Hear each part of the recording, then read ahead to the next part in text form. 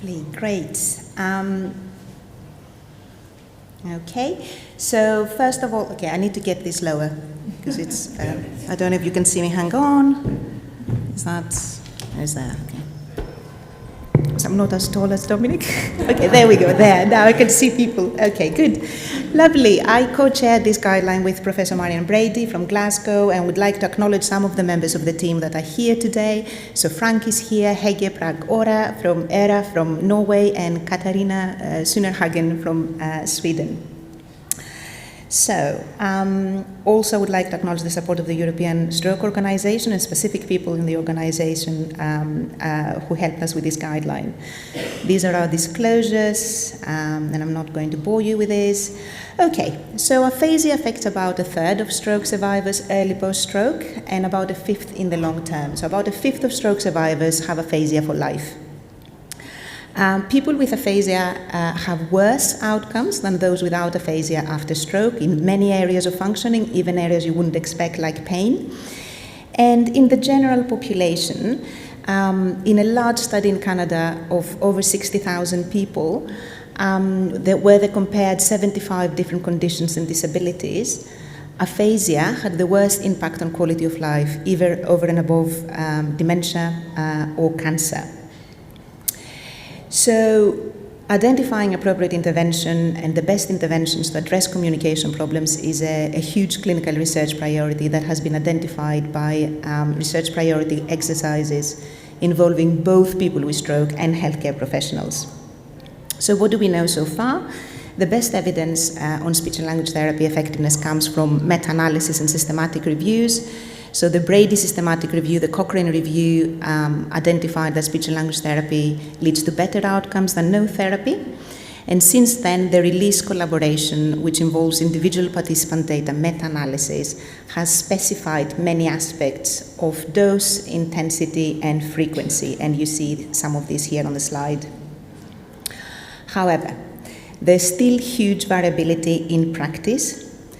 In a recent systematic review, which is not quite published yet, involving 16 studies, involving 25 studies from 19 different countries, looking at what usual care is, only 16 studies reported on usual care, and of those, in half of them, usual care for aphasia, which is a lifelong condition, was less than 10 hours. The investigator followed this up with a survey, thinking if we ask speech and language therapists how much therapy they do, probably they're doing more. We just didn't find it in the studies. So they had respondents from 48 countries. And you see here, first of all, definitions for these key concepts, but also what the median is, which may seem reasonable. But I think the minimum and maximum values are shocking. So there were people that had no therapy for communication problems after stroke. And looking at the maximum numbers, when the median is so low for such a large total dose, for example, it shows that the majority of countries offer very little speech and language therapy. Okay, so the release collaboration offers really important guidance, but it is individual participant data, and we need confirmatory study designs. But clinicians need guidance in terms of what they should do, at least at the minimum level in clinical practice. And we also need information on different delivery approaches. So is group therapy leading to similar gains or better gains than individual therapy? What about alternative forms like digital therapies, telerehab? What about brain stimulation? So this is where our guideline comes in. So to develop our PICOs, and our methodology is very standard. We follow the standard operating procedures, and I'm not going to bore you with all the detail of the methods. We targeted 10 PICOs. One of them, the brain stimulation one, involved 6 comparisons.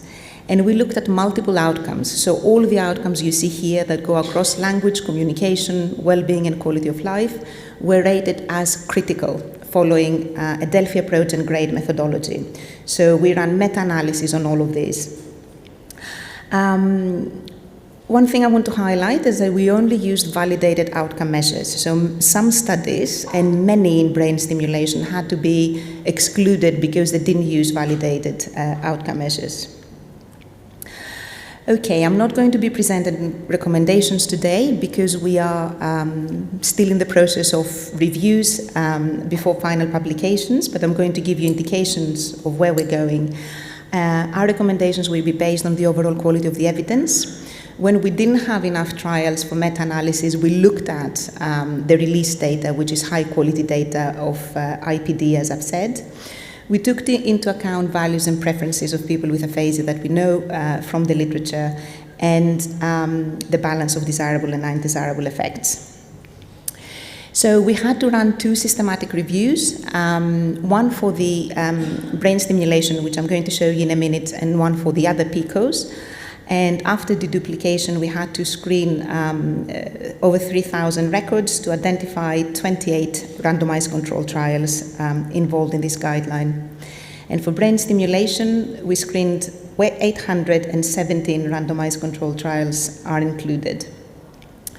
So, as I said, we have multiple outcomes. I can't present all of them here today, so I'm going to show you our data for these 2 outcomes that are the most important for people with aphasia, from what we know, again, from the literature and our clinical practice.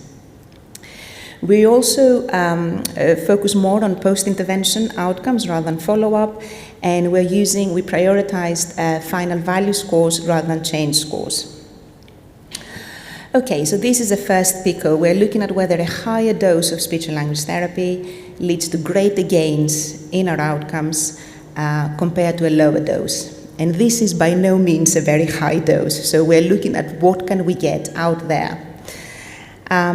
This is our forest plots. When the symbols are on the right, obviously they show a positive effect, and our overall effect is just short of significant. Looking at quality of life, we have less trials, but the overall effect is significant here. So a higher dose leads to better quality of life for people with aphasia. I'm not going to talk about the risk of bias. People who are familiar can see it. It's an indication of the quality of the evidence. Just to highlight, item D3 includes blinding of participants. Obviously, it's impossible to blind a participant on whether they're having 5 or 50 hours of therapy. So in all our behavioral studies, this item tends to be read, just to highlight that.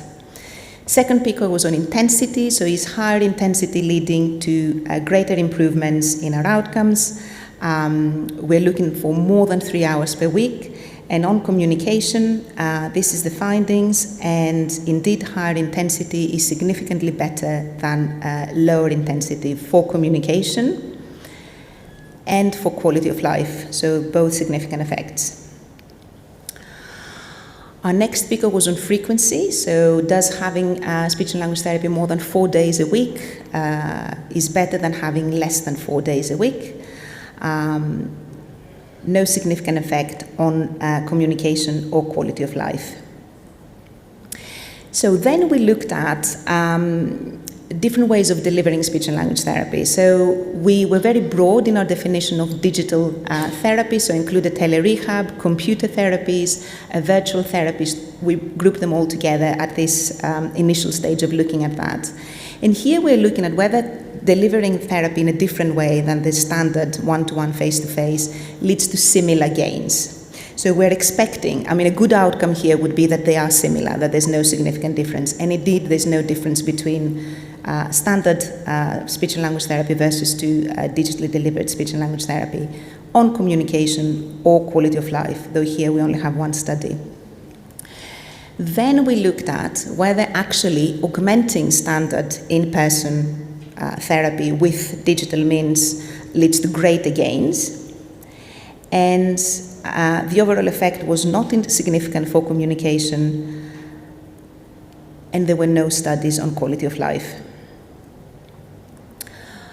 Our next PICO was group speech and language therapy. Again, initially we looked at whether we get similar gains with group and one-to-one speech and language therapy, and indeed there were no significant difference. And on quality of life, again, there was no significant difference. Looking at whether augmenting standard one-to-one speech therapy with groups We only had one small study here that actually, in both arms of the study, the total dose, intensity, and frequency was the same. It's just that one group had one-to-one N group, and the other one had just one-to-one. No difference, and no difference on quality of life. Okay, coming on to brain stimulation, in this review we looked at TDCS. It's a matter of resources and feasibility. And we had to run 6 different analyses based on the location of the stimulation and the polarity, so whether it is inhibitory or excitatory. So I'm going to focus on only one of these, the first one, which is also the more theoretically robust comparison, and we have more data. Okay, so here we're looking at communication, whether SLT plus TDCS leads to better outcomes than SLT plus sham TDCS. No significant difference in the studies we have here, and we also had one study that we didn't have final value scores, we had change scores, and here we see in this small study a significant effect. Again, as I said, many studies had to be excluded because they didn't use standardized outcome measures. Maybe the most important finding in relation to TDCS is that there was no difference between active and sham TDCS in terms of adverse events and a wide number of side effects, so it is safe. Okay, coming to the last PICOS, we are looking now for tailored speech and language therapy. This is by functional relevance, and there were no trials looking at either communication or quality of life. So just reporting quickly on the release data here, we have 495 individual participant data indicating greater gains for functionally relevant speech and language therapy. And then looking at tailored speech and language therapy in terms of language task difficulty, again, there's only one trial here, but looked at language outcomes, auditory comprehension. They didn't look on communication, but they did look on quality of life. Small study, no significant difference. Okay, so in summary, we still need high quality trial data because the data we have so far is limited. The majority of the studies are small, although we do have some large RCTs recently. So we do need more high quality RCTs, and the collaboration of Aphasia trials has a trials panel that offers some strategic direction in this. We also need to be using validated outcome measures. I can't stress this enough, so that we can include all studies in meta-analysis. Still, I think this guideline has an important contribution to make. So far, we have a lot of information on aphasia management in stroke guidelines. And there was a recent systematic review looking at the higher quality stroke guidelines from the countries you see here, and the recommendation was early, frequent, intensive speech and language therapy as tolerated, which is great, but it's very unspecific because it couldn't be specified with the data we have. So this guideline is going to offer some specificity, and that's really important. And our data, you haven't seen all the data today, but our data overall indicate that we do need higher dose, higher intensity, higher frequency, and tailored SLT approaches. And also alternative methods like digital approaches and group can be beneficial when they're used to augment speech and language therapy in resource-constrained contexts. Thank you.